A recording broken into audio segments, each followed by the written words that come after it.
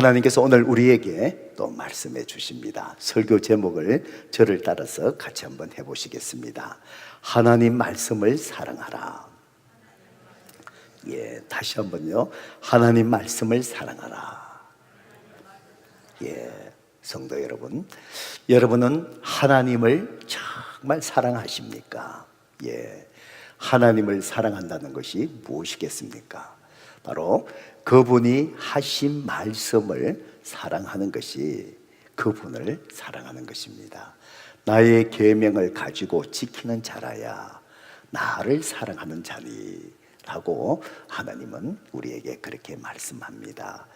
정말 하나님을 사랑한다면, 우리가 하나님을 사랑해야 한다면 그분께서 우리에게 주신 말씀, 하나님의 말씀, 이 성경으로 우리에게 다 담아주셨습니다.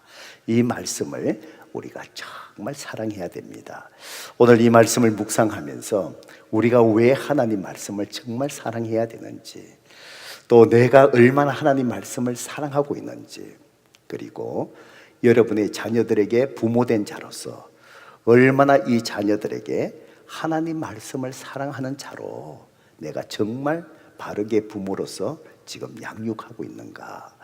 오늘 하나님께서 저와 여러분에게 세밀하게 말씀하시는 주님의 음성을 듣고 우리가 결단할 수 있기를 주님의 이름으로 축복합니다.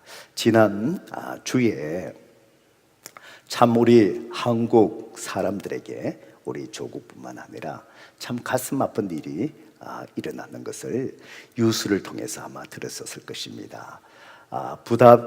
헝가리 부다페스트에서 비극적인 일이 일어났습니다. 우리가 잘 아는 다뉴브강 노래도 있지 않습니까? 다뉴브강에서 한국인 관광객 33명이 타고 있는 소형 버스 유람선이 침몰을 했습니다. 비가 많이 와서 이 강 수위가 높아지고, 그런데 한국 관광객, 단체 관광객만 탄 배였습니다. 그래서 큰 크루저 선에 부딪혀갖고 7초 만에 이 작은 배, 한국 사람이 타고 있는 33명이 타고 있는 배가 7초 만에 물속에 들어가 버렸습니다. 그래서 7명이 구조되어서 살아나셨고요. 그리고는 7명이 현재 이제 사망한 걸로 신원이 파악됐고, 그리고 나머지 19명이 실종되었습니다. 거의 19명은 생존했다고 하고 보기가 어렵지요. 이제 물속에서 익사하셔서 그냥 지금 비가 많이 오고 유속이 빠르고 물이 흘러가는데 아마 어디로 지금 흘러가셨는지 지금 찾고 있는 그런 가운데 있습니다. 오늘 아침에도 제가 잠깐 뉴스를 보니까 지금 4일째, 사고 난 지 4일째가 지나가는데 지금 아무런 진척 사항이 없고 그 상태에 지금 놓여 있는 것을 보게 됩니다. 이 다뉴브 강은 독일 남부에서 이제 발원을 해서 헝가리를 거쳐서 이제 흑해로 들어가는 참 여러 나라를 통과하는 강인데, 특별히 이 헝가리 부다페스트 그 앞에서 밤에 배를 타고 보는 그 참 다뉴브 강에서 보는 부다페스트의 그 야경이 정말 아름답다라고 합니다. 그래서 헝가리를 관광하는 사람은 반드시 이 다뉴브 강에서 유람선을 타고 그 부다페스트의 야경을 즐긴다고 합니다. 큰 배에서는 저녁을 먹으면서 선상에서 그 야경을 바라보는 정말 아름다운 관광 코스 중에 하나라고 합니다. 그러다 보니까 한국 사람들뿐만 아니라 수많은 관광객들이 오니까 그 다뉴브 강에 유람선이 얼마나 많겠습니까? 그래서 참 그 속에 계시는 33명 참 보니까 참 기가 막힌 일들이 참 많이 있는 것 같아요. 어떤 가정은 참 자기 참 외손녀 6살짜리 참 키워줘서 친정 부모님이 잘 돌보줘서 감사하다고, 그래서 부모에게 효도하려고 처음으로 외국 여행을 같이 가게 된 거예요. 그러니까 어머니하고 6살 된 손녀하고 외할아버지, 외할머니. 참 그게 효도 관광이 이게 죽음의 관광이 되어버렸습니다. 그래서 이 가족이 지금 실종 상태에 이래 있고 별별 일들. 원래 어떤 또 사람들은 원래 처음에 관광 계획이 이 배를 타고 하는 관광 계획이 아니었는데 또 일정을 바꾸어갖고 조인하게 돼서 또 하게 되고, 참 우리의 생명의 앞날 내일 일은 정말 성경에서 하나님 말씀하신 것처럼 아무도 모르는 것 같아요. 아무도 모르는 것 같아요. 정말 우리가 하나님의 은혜 속에 살아갈 수밖에 없습니다. 그래서 저는 그 뉴스를 이렇게 접하면서 또 새벽에 아픈 마음으로 참 그 유족들을 하나님 위로해 주세요. 전혀 이 관련이 없는 제가 그걸 뉴스를 접해도 가슴이 아프고 참 억울한 죽음이어서 너무 마음이 미어지는데 그 해당 유족들은 얼마나 참 가슴이 아프겠습니까? 그래서 하나님 저들을 위로해 주세요. 그런데 그 아픔을 이렇게 사고를 보니까 더 마음의 안타까움이, 제가 오늘 칼럼에도 주부에 썼습니다마도 무엇인지 아십니까? 참 우리의 생명이 귀한데 너무 억울한 거예요. 너무 억울한 거예요. 왜 억울하냐?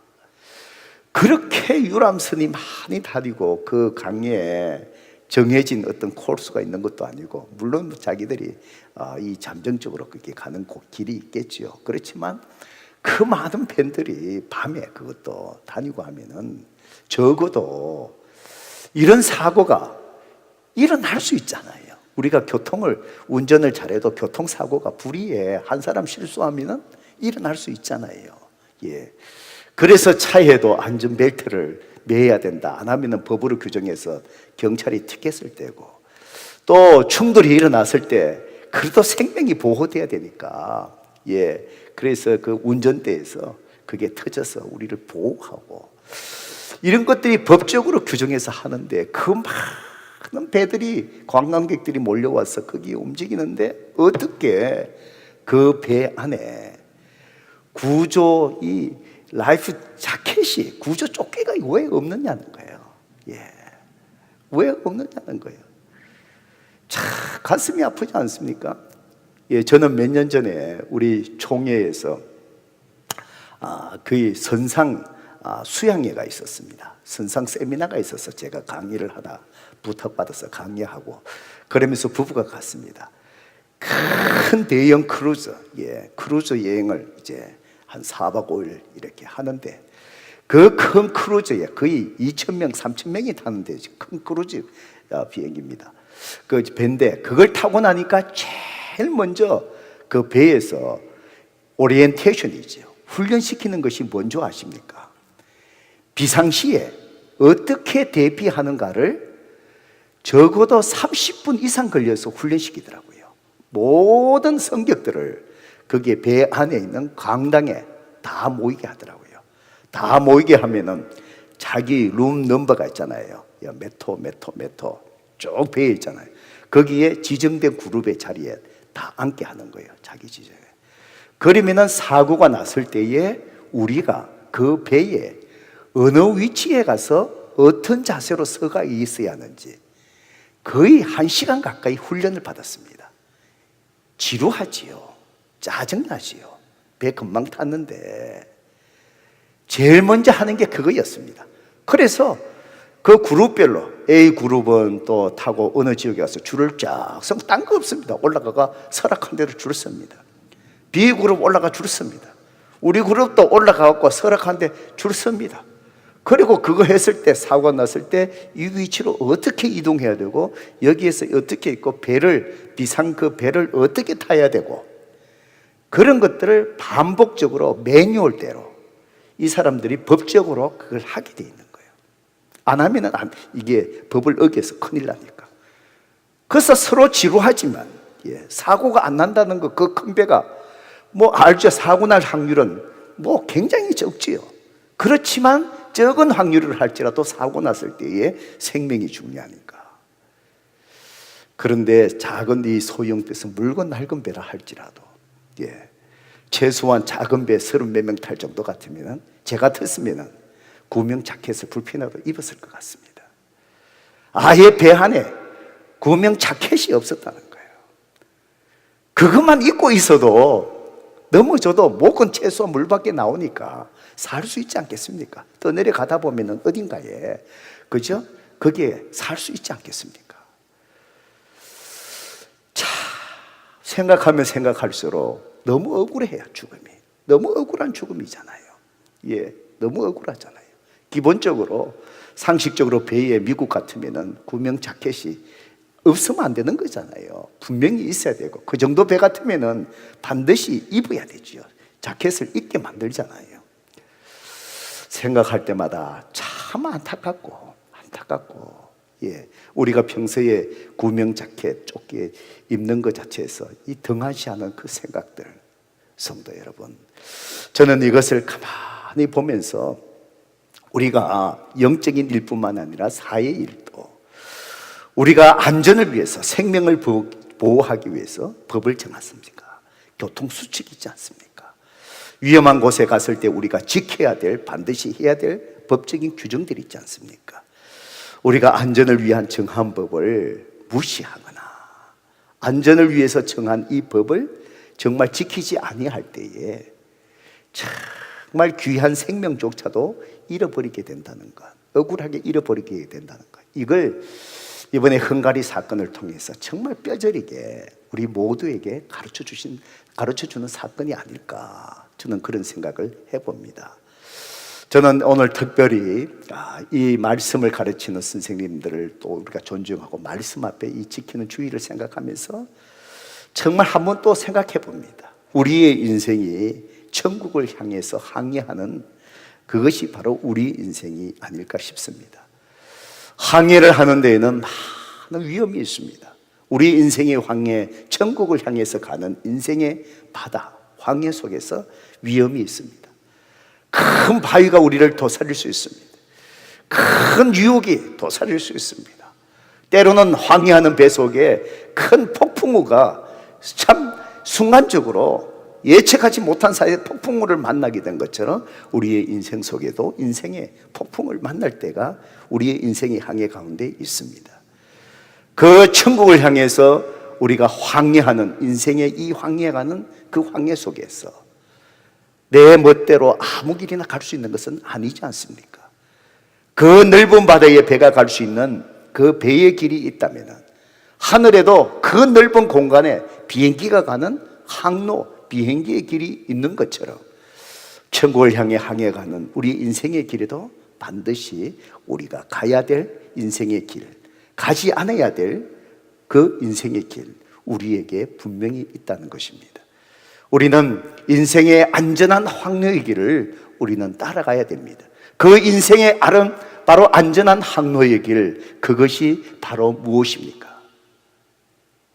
그것은 바로 하나님께서 우리에게 주신 성경입니다. 이것이 성경입니다. 성경은 하나님의 살아있는 하나님의 말씀입니다. 성경은 우리 인생의 모든 것을 다 아시는 하나님께서 우리가 어떻게 살아야 할지, 우리가 비즈니스를 어떻게 해야 될지, 자녀를 어떻게 키워야 될지, 부부의 생활을 어떻게 해야 정말 아름다운 가정, 아름다운 부부 생활의 행복을 누릴 수 있는지, 그 모든 것을 아시는 하나님께서 우리 인생 속에 하나님의 뜻과 하나님의 모든 생각들, 그것을 다 담아주셔서 계시 우리에게 알려주신 것이 바로 무엇입니까? 성경, 하나님의 이 말씀입니다. 그렇기 때문에 이 하나님의 말씀은 절대로 사사로운 것이 아닙니다.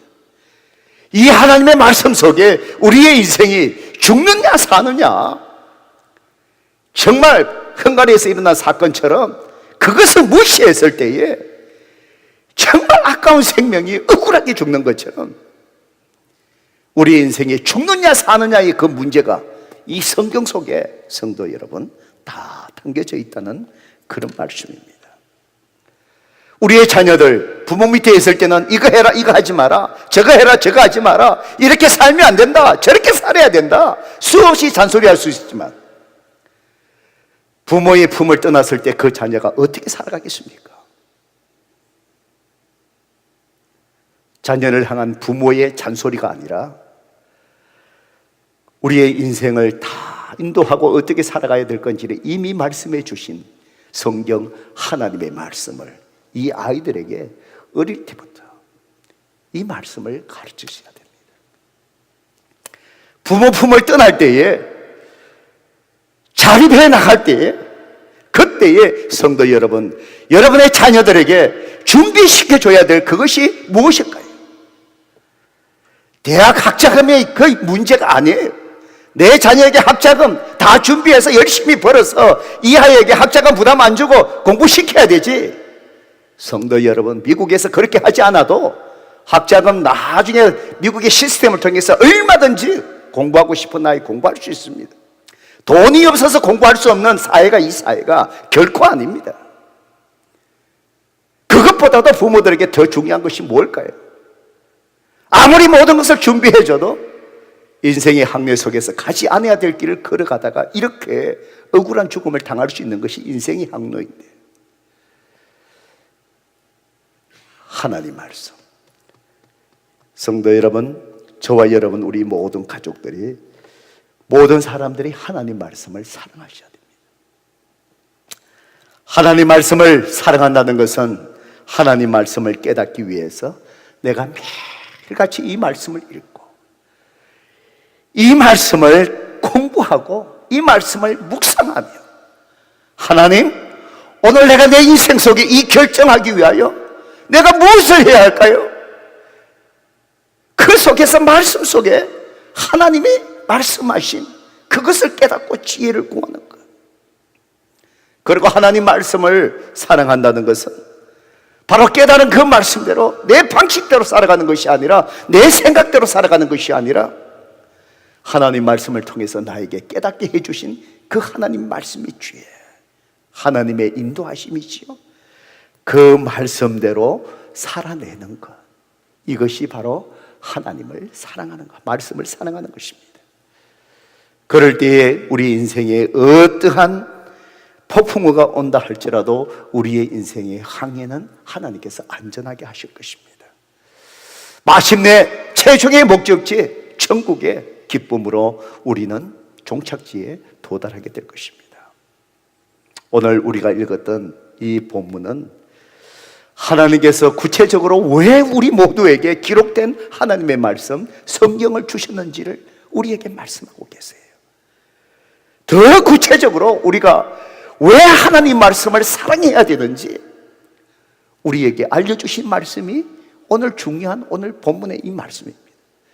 저는 이 말씀이 얼마나 중요한지 수십 번 설교하고, 제가 하나님 말씀이 얼마나 중요한지 성경에 대해서 말씀할 때마다 꼭 이 말씀을 펴고 가르치는 말씀, 이 본문의 말씀이 그렇게 중요한 말씀입니다. 성도 여러분, 왜 하나님의 말씀을 사랑해야 할까요? 왜 하나님은 우리에게 기록된 하나님 말씀, 성경을 우리에게 주셨을까요?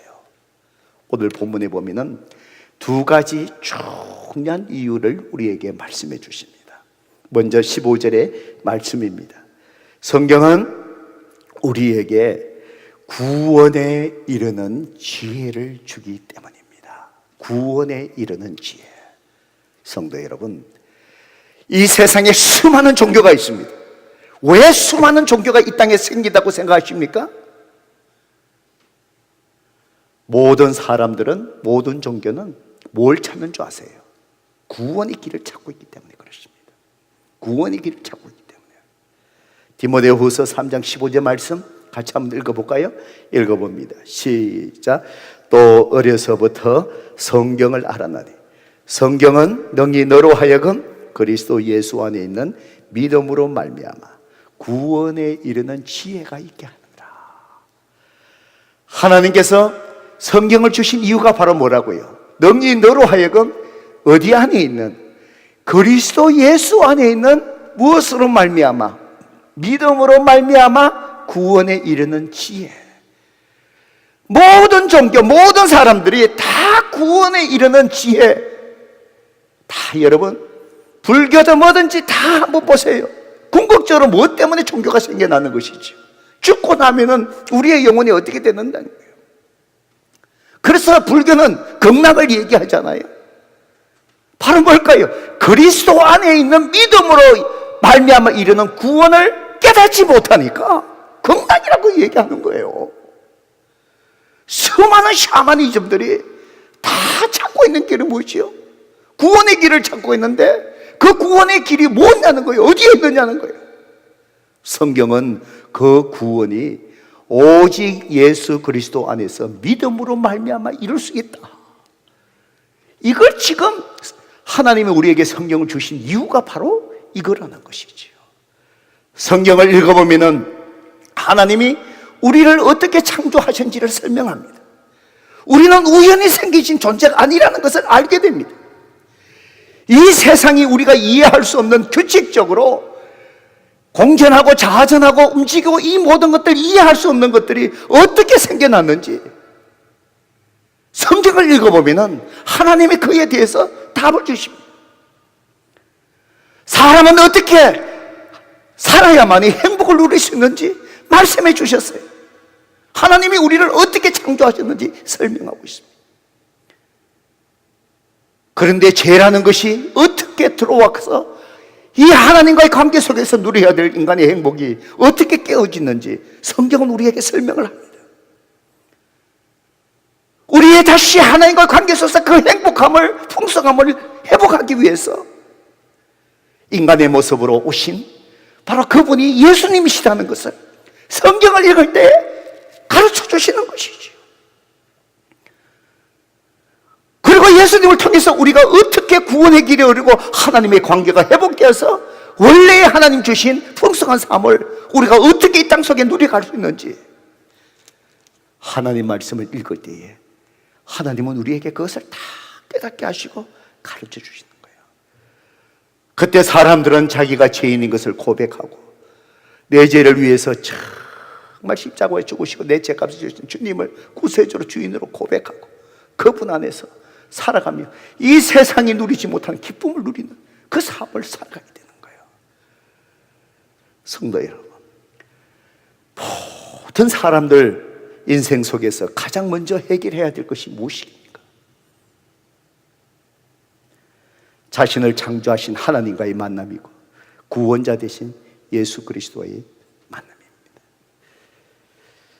왜냐하면 하나님께서 우리를 하나님 관계 속에서 정말 살아갈 수 있도록 창조하셨기 때문에 그렇습니다. 하나님을 만나지 못하면 그 사람이 세상의 어떤 것으로서 그 영혼의 갈망과 빈 공간, 허무함을 채워갈 수가 없습니다. 구약 성경에 나오는 전도서, 정말 이 세상의 부귀영화를 다 누렸던 솔로몬, 노후에 그가 기록한 전도서에서 이 솔로몬이 뭐라고 고백합니까? 하나님을 떠난 인생은 모든 것을 가진다 하더라도 누린다 할지라도 그 인생은 헛되고 헛되도다. 헛되고 헛되도다. 전도서 12장에 가면은 이 솔로몬이 마지막으로 고백한 것이 무엇이요? 하나님 앞에 나아가야 된다는 것이죠. 그래야 이 세상에 뭘 가진다 할지라도 그 인생이 헛되지 않을 수 있다는 거예요. 성도 여러분, 미국에 이민생활 처음 오신 분들 제가 신방하면서 꼭 얘기하는 것이 무엇인지 아십니까? 이민생활 처음 와서 하려면 이것도 해야 되고 재정적으로 자립도 해야 되고 여기에 마음이 조급하잖아요. 제가 그럽니다. 하나님과의 관계 신앙생활을 먼저 잘 세우세요. 왜요? 하나님의 관계가 잘 세워지면 세상의 문제는 잘 이루어지게 되어 있습니다. 하나님의 관계가 꼬이면은 뭘 한다 할지라도 그 인생 속에 자꾸 꼬이는 거예요. 하나님의 은혜가 없기 때문에. 그렇습니다, 성도 여러분. 오늘 우리의 인생 속에 가장 중요한 것은 하나님과의 관계를 회복하는 것입니다. 그분과의 깊은 신앙의 관계 속에 들어가는 것입니다. 그때 우리가 하는 일이 무엇이라 할지라도 그 인생은 하나님의 은혜 속에서 만족함을 누리게 되는 것이죠. 그러므로 하나님의 이 말씀을 사랑해야 됩니다. 성경을 읽을 때에 예수님을 만나게 되고 구원에 이르기 때문에 그렇습니다. 아마 이미 여러분이 예수님을 이미 믿으시고 구원받았다면 그래도 성경을 계속 읽어야 돼요. 왜 그렇습니까? 내가 구원받은 은혜 속에서 항상 그 은혜가 강력으로 다가오기 때문에 나 같은 사람을 이렇게 하나님이 사랑하셔서 나를 위해 이렇게 구원해 주셨구나. 사도 바울은 그 은혜를 체험하고 나니까 그가 이 세상 속에 최고의 학문을 공부했고 이 세상 사람이 누리는 이 모든 것들이 아무 쓸모없는 거예요. 사도 바울은 자기는 배설물로 여겼다고, 쓰레기통에 버렸다는 거예요. 왜요? 주님을 만나고 나니까 그 구원의 은혜가 이 세상과 비교할 수 없는 그 만족함이 있는 거예요. 그래서 사도 바울은 이 세상 사람들이 추구하는 이 모든 걸 다 버리고 자기는 누구를 위해 살아가는 거죠? 고귀하신 예수 그리스도를 위해서 살아가는 거예요. 이것이 하나님의 말씀 속에 감격해서 오는 거예요. 성도 여러분, 여러분이 이 말씀을 통해서 정말 하나님과의 깊은 은혜 속에 들어갈 수 있기를 주님의 이름으로 축복합니다. 축복합니다. 제가 지난 몇 주 동안에 터키, 그리스 성지 학습 탐방 다녀왔습니다. 사도 바울이 선교 1차 선교 여행, 2차 선교에 갔던 갈라디아 지방들, 소아시아 7교회들, 터키의 그 지중해 연안을 밑에서부터 쭉 타고 올라가고 정말 긴 거리 버스 여행이 굉장히 길었습니다. 버스 타면 또 잠들고 졸고 내려서 또 보고 잠들고. 신학교 교수님이 그 성경 속에서 우리가 알고 있는 내용이지만 현장에서 실감나게 문화적으로 역사적으로 막 설명이 은혜가 막 밀려오는 거예요. 진짜 사도 바울과 지금 함께 걷고 있는. 그래서 드로아에 가서 사도 바울이 한성 봐서 마게도니아 유럽 지역이잖아요. 우리로 와서 도시요. 그 드로아 지역에 가보고 사도 바울의 한상 봤던 그걸 또 회상하고, 그리고는 배를 타고 건너가서 이제 그 위에 빌립보 교회 처음 세워졌던 유럽에 그 교회도 가보고, 루디아들을 만났던 강가에도 가서 묵상하고, 데살로니가 베레아, 아테네, 사도 바울이 아테네에서 철학자들하고 논쟁했던 그 아고라 올라갔던 바위 아고라, 거기에 올라가서 사도 바울의 마음을 느껴보고, 그 꼭대기에 있는 파르테논 신전을 바라보면서 얼마나 우상과의 싸움 속에서 사도 바울이 격노했을까. 마지막에 고린도 교회까지 쭉 이렇게 참 광행군을 이렇게 했습니다. 저는 그런 데 갈 때마다 제일 제가 힘든 게 바로 뭐냐면은 음식의 문제입니다. 이번에 가테말라 선교 갔는데도 점심 저녁은 다 현지 음식 온다 그래서 제가 아주 참 기도 많이 해야 되겠다 싶습니다. 거기 가면 다 양식처럼 괜찮은데 저는 약한 면이 한 3일만, 음식이 전혀 부담스러운 음식은 아닙니다. 다 호텔 음식 괜찮습니다. 3일만 먹고 나면은 제 바디에서 이 음식을 거부하는 거예요. 그래서 이걸 억지로 먹으면 그 다음에 몸에 이상이 일어납니다. 그래서 이게 참 걱정이어서 제가 한 5, 6년 전에 예루살렘 쪽으로 갔을 때 제 집사람이 그걸 봤기 때문에 이번에는 아예 컵라면을 좀 창피하지만 갖고 가자. 그래서 이제 가방 안에 이제 부피를 적게 해서 하고, 어떤 호텔에 가보면은 이 물 끓이는 그게 없어갖고, 그래서 이번에 아마존에 보니까 플라스틱으로 돼서 쭉 접는 게 또 있더라고요. 이렇게 하고 땡기 내면은 쫙 피해지고 물 담을 수 있게끔. 참 얼마나 그게 힘들었으면 그런 것까지 찾아냈겠습니까? 그래갖고 이제 가방 부피 적게 하고 그래갖고 한 거예요. 한 3일 지나고 나니까 이 호텔 음식 다 좋은데 이게 바디가 벌써 이게 반응이 나오는 거예요. 그러니까 오이조차도 잘 먹는 오이조차도 이게 입에 못 넣는 정도로 제가 그리 됩니다. 이게 음식이 잘못된 게 아니고 바디가 안 받는 거예요. 이게 계속 그리 먹어버리니까. 그래서 3일째 되는 아침 그 정도 이제 바디 사인이 오면은 어떻게 하느냐. 아침에 우리 집 사람인데 제가 얘기합니다. 여보, 우리 컵 하나 라면 하나 먹고 가자. 이제 아는 거죠. 제가 지금 바디가 지금 어떻게 돼. 그래갖고 이제 끓입니다. 금방 물이 끓어갖고 컵라면 넣어놓으니까, 이야, 참 컵라면이 위대한 발명이에요. 참 이게 어디를 가더라도 이게 1, 2분 하네. 이게 꼽으니까 물도 뭐 1분 만에 그냥 끓어버리고, 이게 얼마나 빨리 끓는지. 그래 부어놓고 딱 넣어놓고 하니까 이게 뭐 한 5분 안에 끝났잖아요. 이야, 평소에 이어서 컵라면 잘 안 먹잖아요. 먹으니까 진짜 술 드신 분 해상한다는 의미를 제가 알겠어요. 이게 몸이 확 풀리는 거예요. 이게 몸이 이게 도는 거예요. 정상적으로 그 컵라면에 그 국물 있잖아요. 그게 쫙 들어가니까 이 몸이 도는 거예요. 생기가 나는 거예요. 그 목사님 사무소 36명 가는데 그런 얘기 창피해서 뭐 하잖아요. 모르겠어요. 다른 분들도 다 그래 했을 거예요. 저처럼. 그래 하고는 이제 안 먹는 척 하고 이제 아침에 또 아침 먹으러 들어가는 거예요. 그러니까 아무래도 조금 먹고 말지요. 이 몸이 확 도는 거예요. 근데 제가 말씀드리고자 한 것이 뭔지 아세요? 그 컵라면 먹고 나니까 이 몸이 확 돌아나니까 많이 먹어서 배부름이 아니고 이 속에 이게 막 속이 편안하고 배부름 오잖아요. 아침에 그 좋은 음식들 별로 먹고 싶은 생각 없어요. 라면 국물 하나 충분한 거예요. 그게 제 가방 속에 몇 개를 갖고 갔거든요. 너무 많이 갖고 갈 수 없으니까 며칠마다 이렇게 하나씩 먹으면 되겠다 계산했기 때문에 한 4, 5개, 5개, 6개 갖고 간 것 같아요. 그러니까 뭐예요? 걱정이 없는 거예요. 예. 왜? 아직도 호텔 방에 컵라면이 남아있으니까.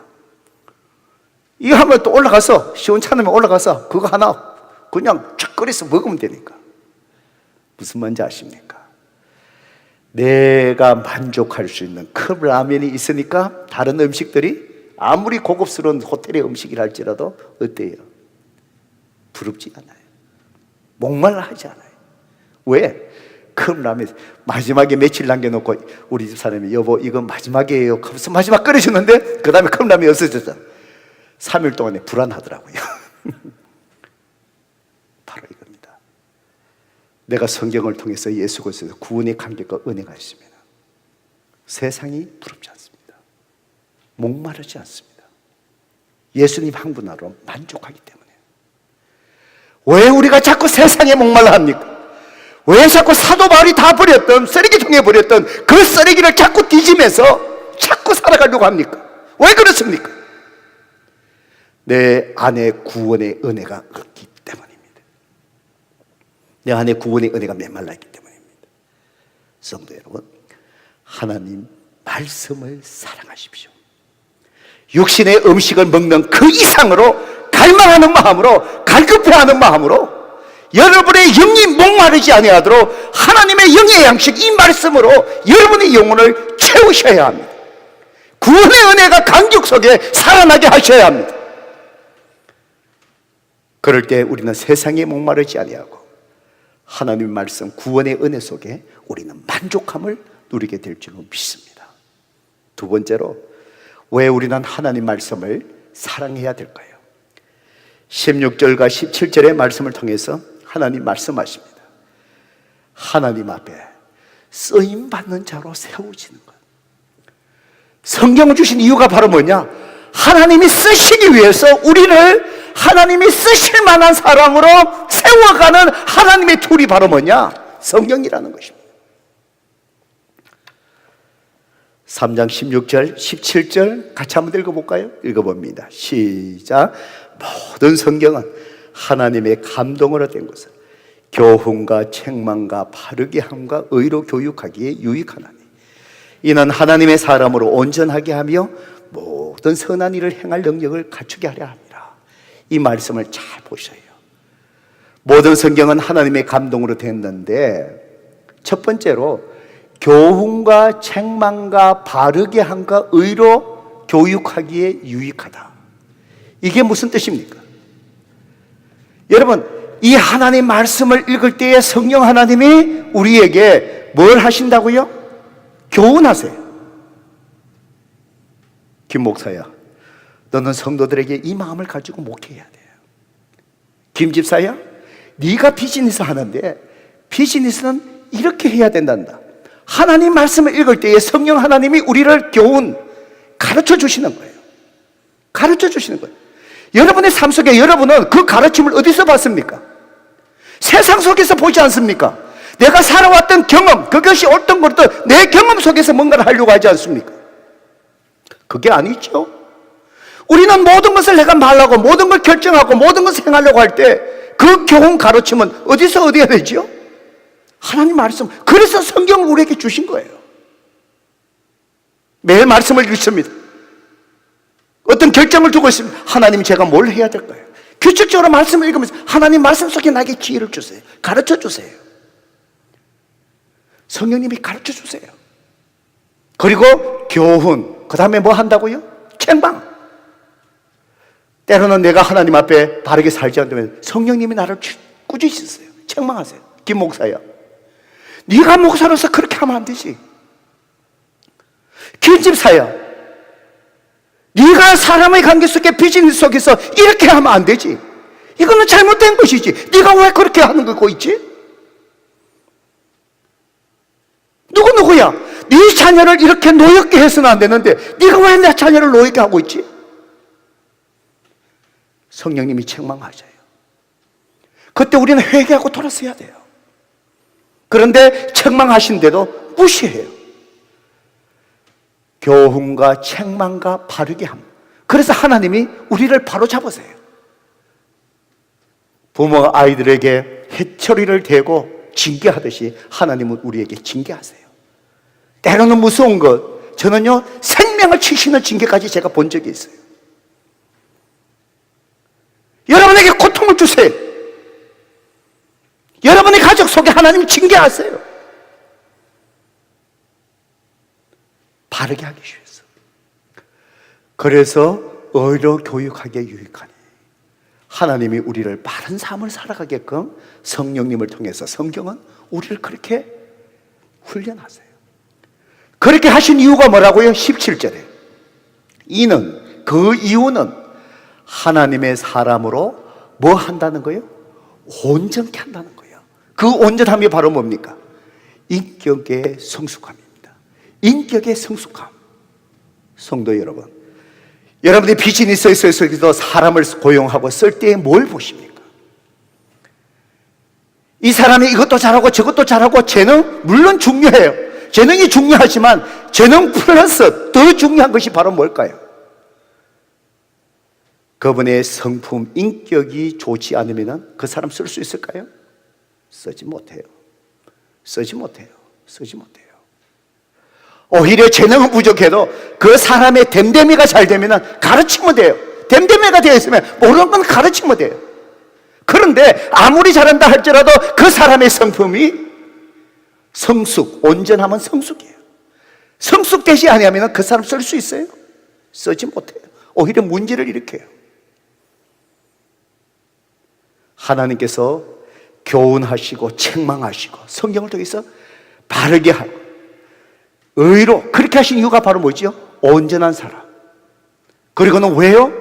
온전하게 하며 모든 선한 일을 행할 능력을 갖추게 하느니라. 하나님이 쓸 수 있는 사람으로 세워가기 위해서.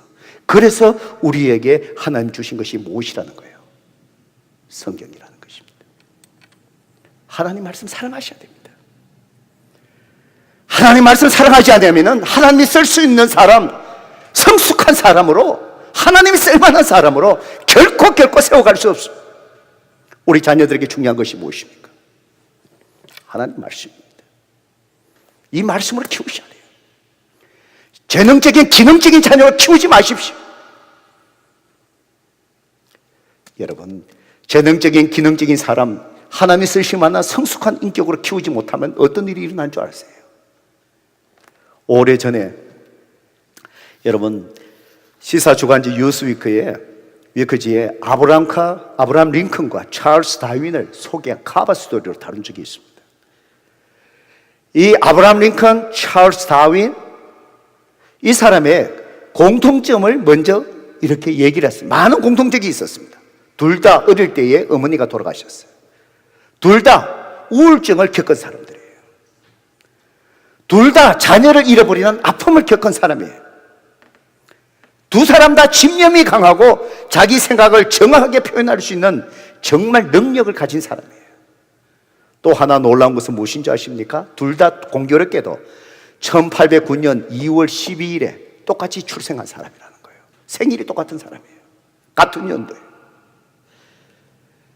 이 많은 공통점이 있는데 이 두 사람이 인류 역사에 끼친 영향은 완전히 다른 거예요. 찰스 다윈 캠브리지 대학 졸업했습니다. 종의 기원을 이라는 책을 쓰고 그 저술을 통해서 진화론을 제기했죠. 지금도 학교에서 진화론 배우잖아요. 그 결과 성경의 창조적인 창조론을 완전히 이 찰스 다윈이 다 무너뜨려 버렸어요. 지금도 학교에서 창조론을 안 가르치잖아요. 허구가 있지만 진화론 지금 계속 가르치잖아요. 아브라함 링컨, 찰스 다윈처럼 그렇게 많이 배운 사람이 아니었습니다. 어린 시절에 켄터키 통나무 집에서 어머니가 일찍 죽으셨습니다. 남겨주신 그 성경을 읽으면서 자란 시골 사람입니다. 제가 오래전에 이 아브라함 링컨 통나무 집에 가봤습니다. 그 성경을 보았습니다. 전시대가 있는 거. 그가 미국 정치에 발을 들인 것도 나이 40이 넘어서 정치에 들어왔습니다. 뭔가 이 사람은 늦었습니다. 실패와 좌절을 많이 겪은 사람이었습니다. 그런데 그가 인류 역사에 남긴 것은 엄청난 일을 남겼습니다. 노예 해방 대갑을 이루었죠. 근대 민주주의를 만든 사람이 에브라함 링컨입니다. 링컨이 기치를 들었던 노예 해방, 이 민주주의의 핵심 가치가 어디서 온 것입니까? 성경입니다.